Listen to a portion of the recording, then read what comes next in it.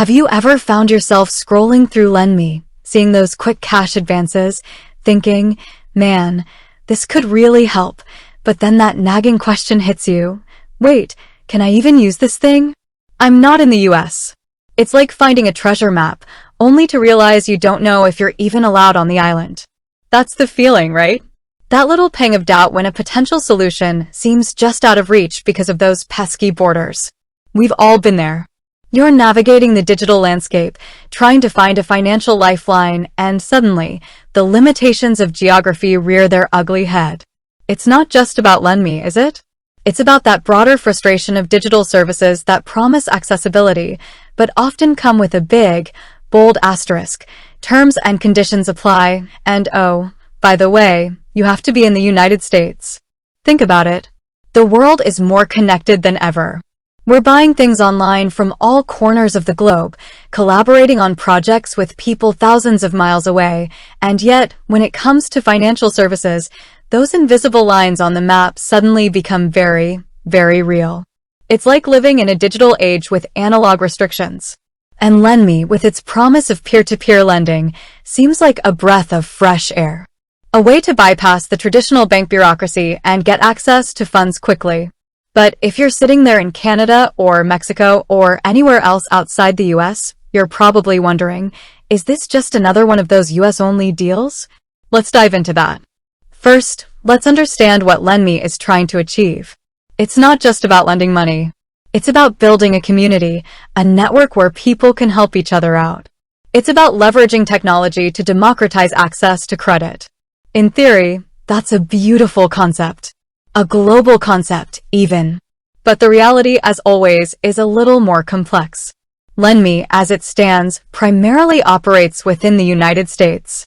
This is largely due to the regulatory landscape surrounding financial services. Each country has its own set of rules, its own compliance requirements, and its own way of doing things. For a platform like Lenme, navigating these different legal frameworks would be a massive undertaking. Think of it like trying to build a bridge between countries with vastly different construction codes. You'd have to ensure the bridge met the specific standards of each nation, which would involve a lot of paperwork, a lot of negotiations, and a lot of headaches. And that's just the legal side of things. Then there's the operational side. Lenme needs to verify the identity of its users, assess their creditworthiness, and ensure that transactions are secure. All of this requires access to reliable data sources, and those data sources vary from country to country. What works in the US might not work in Canada, or in the UK, or in Australia. Then there's the currency aspect. Dealing with different currencies adds another layer of complexity. Exchange rates fluctuate, transaction fees vary, and you have to worry about the potential for fraud. It's not as simple as just converting dollars to euros or pesos. So, while the idea of a global peer-to-peer lending platform is incredibly appealing, the practicalities are daunting. It's like trying to build a universal translator for financial transactions. Now, let's be clear. Just because Lenme is currently limited to the US doesn't mean it will always be that way. The world of fintech is constantly evolving. New technologies are emerging, regulations are changing, and companies are finding innovative ways to overcome these challenges. Lenme itself has expressed interest in expanding its services beyond the US. They recognize the potential of a global market and the need to provide access to credit to people all over the world. But they also understand the importance of doing it right, of ensuring that they can provide a safe, secure, and compliant service to their users. Think of it like a startup that's still in its growth phase. They're focusing on building a strong foundation in their home market before venturing out into new territories. It's a smart, cautious approach. And who knows? Maybe in the future, we'll see Lenme partnering with local financial institutions in different countries, or leveraging blockchain technology to streamline cross-border transactions. Maybe we'll see a world where geographical boundaries are less of a barrier to financial access. The potential is there. The technology is there. What's needed is the will, the innovation, and the regulatory framework to make it happen. But for now, if you're outside the US, the short answer is, you probably can't use Lenme. It's not that they don't want you to, it's just that the current system isn't set up to accommodate you. That doesn't mean you're out of options, though.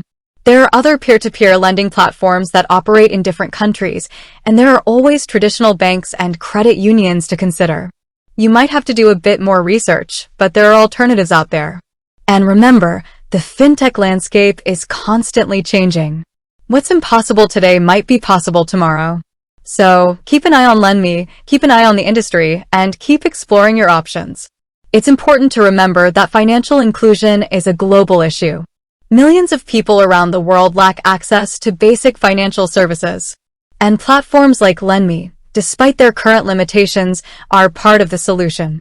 They're pushing the boundaries, they're challenging the status quo, and they're paving the way for a more equitable financial future. So, while you might not be able to use Lenme outside the US right now, don't lose hope. The future of fintech is bright, and the possibilities are endless. Keep asking those questions, keep exploring your options, and keep pushing for a more inclusive financial system. With that said, thanks for watching, and until next time.